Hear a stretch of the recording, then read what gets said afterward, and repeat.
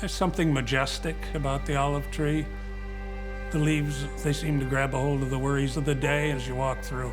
You come out the other side feeling better. Being a California ripe olive grower, I'm very proud of that. It's something that is so unique to California. The rest of the world is trying to imitate it, but we invented it. There's a reason why you see kids with olives on their fingers. The flavor of it blends in with so many types of dishes. We put them in everything. To be honest, they go in our spaghetti. Salads, even omelets. I make a tamale pie. You can stuff them, wrap them with bacon. Lamb with green olives. My granddaughter comes after school, and sometimes we have to fight over who's going to finish off the olives. Olives were introduced to California by the missionaries 300 years ago. Essentially, in California, we have the big greenhouse. It's ideal for olives. As old as they are, as important as they are in the world, they are a misunderstood fruit. So if you've ever tasted one off the tree, you'll know what the bitter is. California ripe olive industry really didn't exist back then. Processed olives were only sold locally because there was no real way to keep them from spoiling. We forget that modern canning methods didn't exist then. Without Freda Ehmann, who knows, maybe nobody would have figured out how to make ripe olives.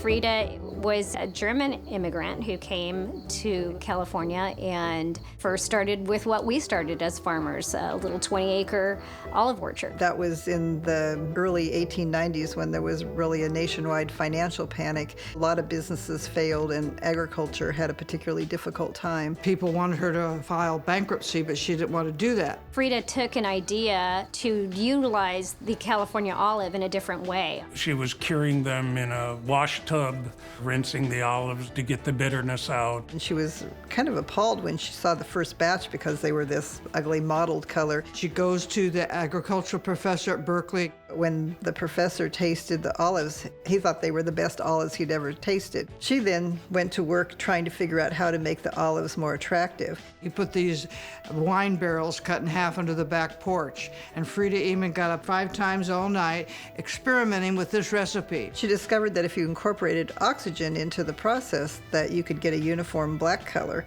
And then she threw in some horseshoes, which provided some iron to set the color. She got a good tasting olive. It was a huge revolution in the olive business. And they created the Ehmann Olive Company in 1898. Within about 5 years, it was a $1 million company. The whole ripe olive industry kind of burgeoned after that. It was such a wonderful recipe that everybody else copied it, so it's her gift to the world. No one had ever conceived that you can take this bitter fruit and process it as a California ripe olive, either black or green. It opened up a whole new market for us. They're picked off the tree green, they're held in acetic acid for 6 months, and then we take them into our processing tanks. The lye debitters the olive, and the oxygenation turns the olive dark. We introduce some ferrous glutamate to the product. We remove the pit from the olive. We cook the product, put it in a can. At that point in time, it's ready for labeling and shipping. Being a woman in agriculture today, I marvel at what Freda did. There's a lot of pride that comes from continuing what was started years ago. California ripe olive is a balance between the perfect amount of salty and buttery and the perfect texture. There's a lot of love that goes into what we do.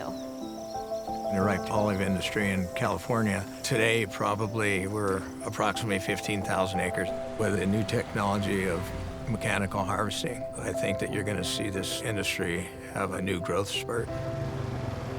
There's a lot of hard work that's went into this, and there's a lot of history here. You still need to know which end of the shovel to hold on to. You still have to get up in the morning and care about what it is that you're doing.